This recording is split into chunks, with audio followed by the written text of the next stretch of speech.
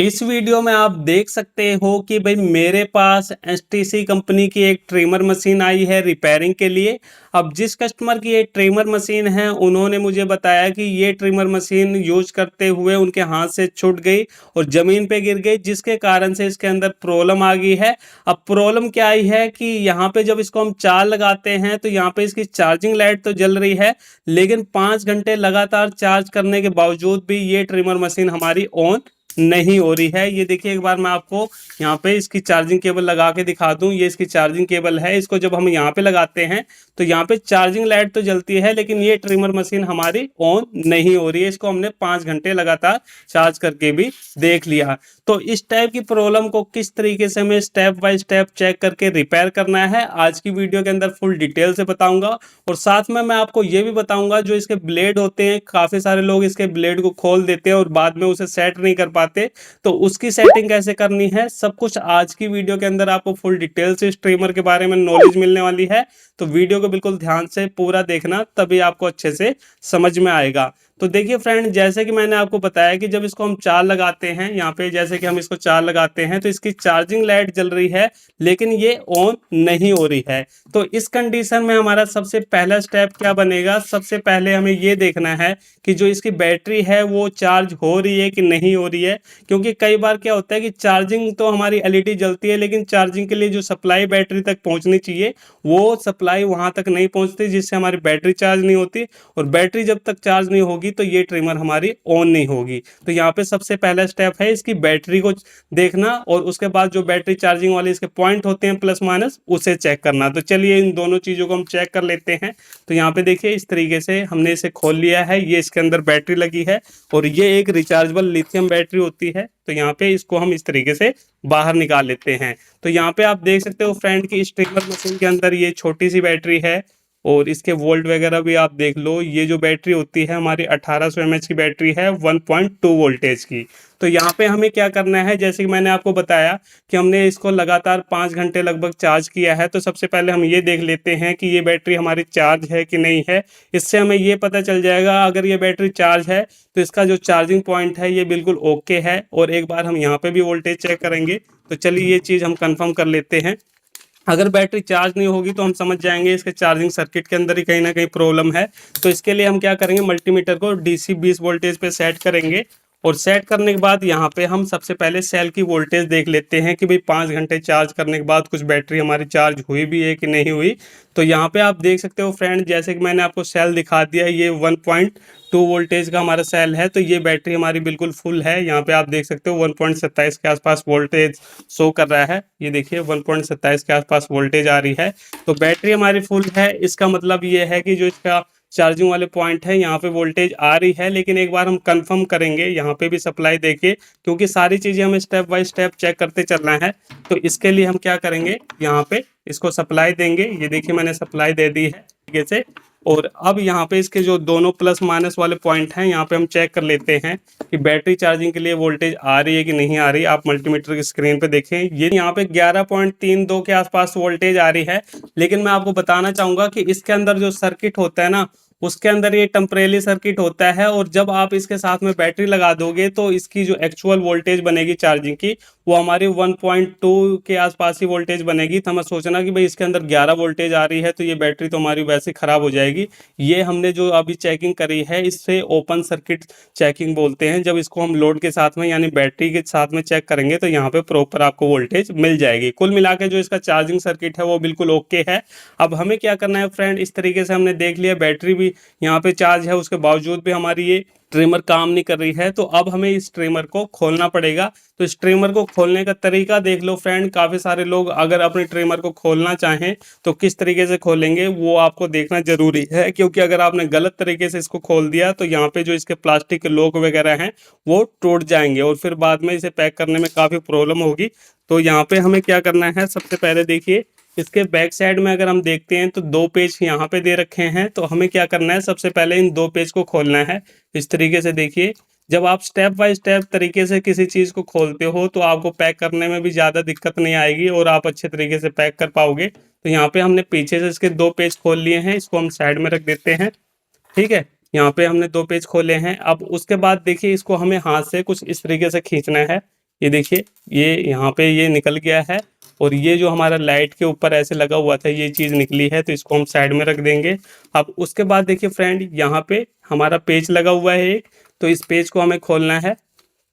इस तरीके से देखिए, यहाँ पे हमने इस पेच को खोल दिया है और उसके बाद देखिए अभी भी ये हमारी खुलेगी नहीं ट्रिमर, क्योंकि यहाँ पे हमारा ब्लेड के अंदर पेच लगा हुआ है, तो यहाँ पे हमें इस पेच को खोलना पड़ेगा। तो इस तरीके से देखिए, ये हमारा ब्लेड यहाँ से खुलता है इस तरीके से। ये देखिए, हमने ब्लेड वाले पेज को खोल दिया है और आप देख सकते हो फ्रेंड, ये इसका मेन ब्लेड है और ये देखिए इसका नीचे का ब्लेड है, ये स्प्रिंग वगैरह है। इसकी भी मैं आपको सेटिंग बताऊंगा कि कैसे इसको सेट किया जाता है, सारी चीज़ें मैं बताऊंगा। और उसके बाद देखिए यहाँ पे क्या है कि एक प्लास्टिक का हमारा ये लोग लगा हुआ है, तो इसके अंदर देखिए हमें क्या करना है, आपको लेना है एक ओपनर। ये देखिए मेरे पास एक ओपनर है, कोई भी आप पतला पेचकस ले सकते हो।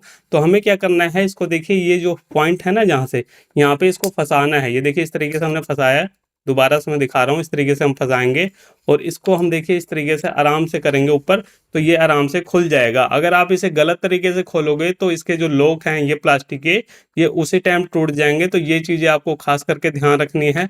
अब उसके बाद देखिए फ्रेंड, यहाँ पे हमारे 2 पेच लगे हुए हैं।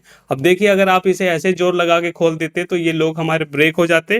तो इसीलिए मैं बोलता हूँ कि सारी चीज़ें आपको स्टेप बाय स्टेप खोलनी भी आनी चाहिए। इसके अंदर खोलने का तरीका बिल्कुल अलग होता है। तो ये जो 2 पेच है, इसको हम इस तरीके से खोल लेंगे। ये देखिए यहाँ पे हमने दोनों पेज को खोल लिया है। अब उसके बाद हम क्या करेंगे, इसको प्यार से ऊपर की तरफ उठाएंगे, हटाएंगे, तो ये इसके ऊपर की बॉडी है, इसको हम साइड में रखेंगे।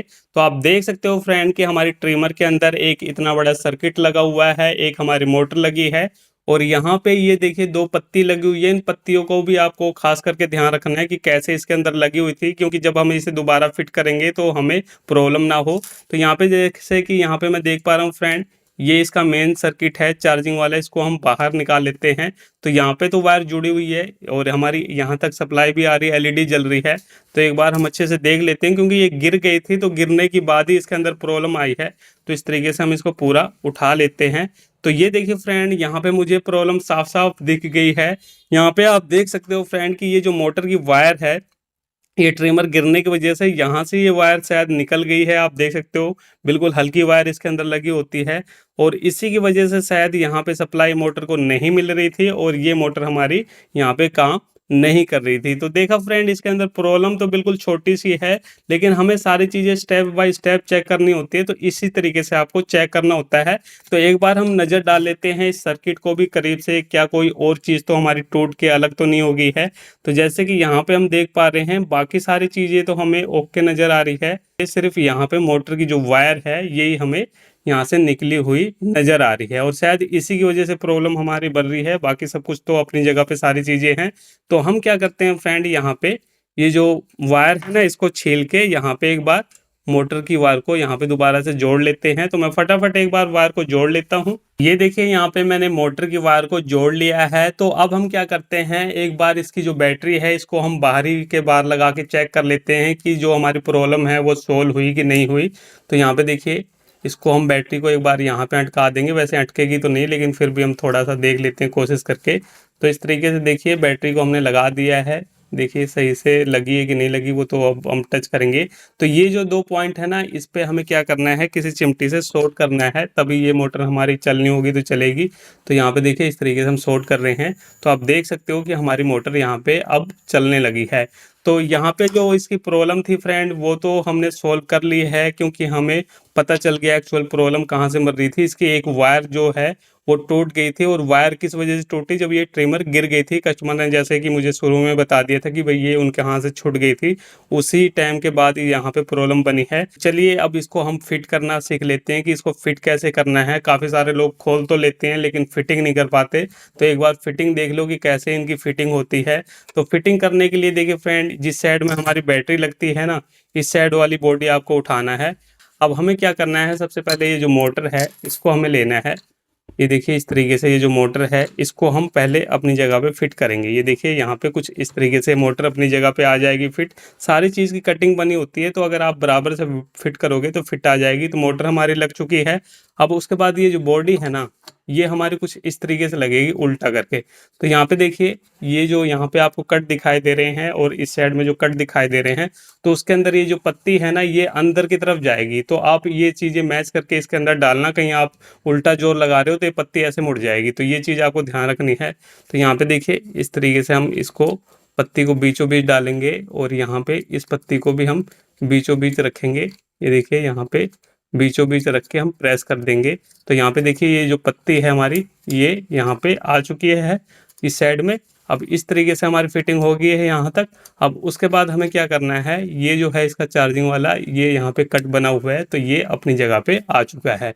तो इतना काम हमारा हो गया, ठीक है। अब उसके बाद ये जो हमारी दो पत्तियां हैं, इसको हमें लगाना है। तो देखिए, इसके अंदर की साइड से इसको लगाना है।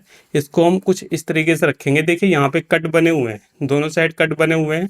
तो यहाँ पे हमें इस पत्ती को ऐसे फंसाना है। ये देखिए, इस तरीके से हमने एक पत्ती को लगा दिया।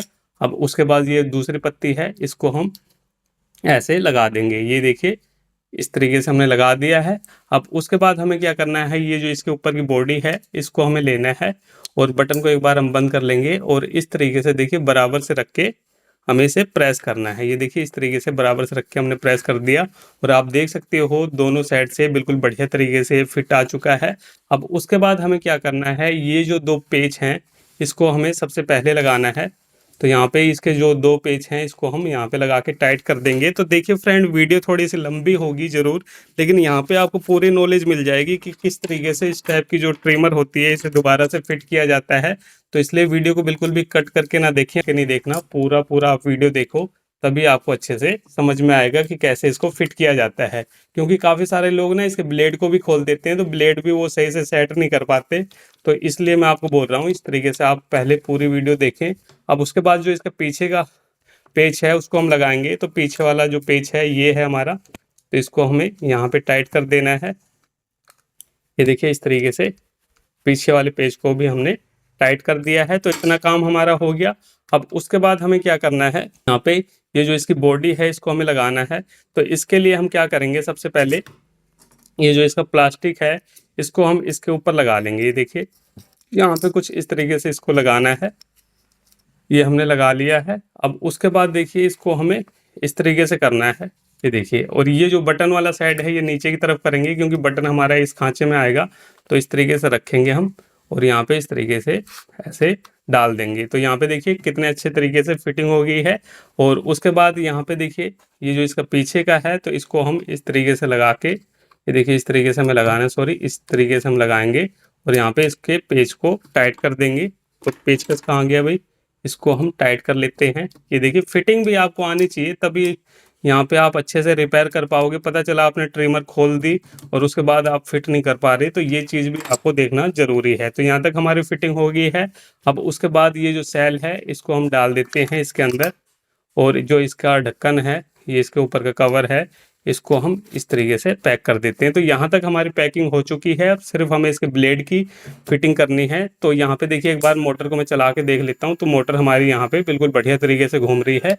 तो अब यहाँ पे इसके लास्ट में हम ब्लेड की सेटिंग करेंगे। तो इसके लिए देखिए फ्रेंड, सबसे पहले ये जो आपको ब्लैक ब्लैक पार्ट दिखाई दे रहा है, इसको हमें फिट करना है।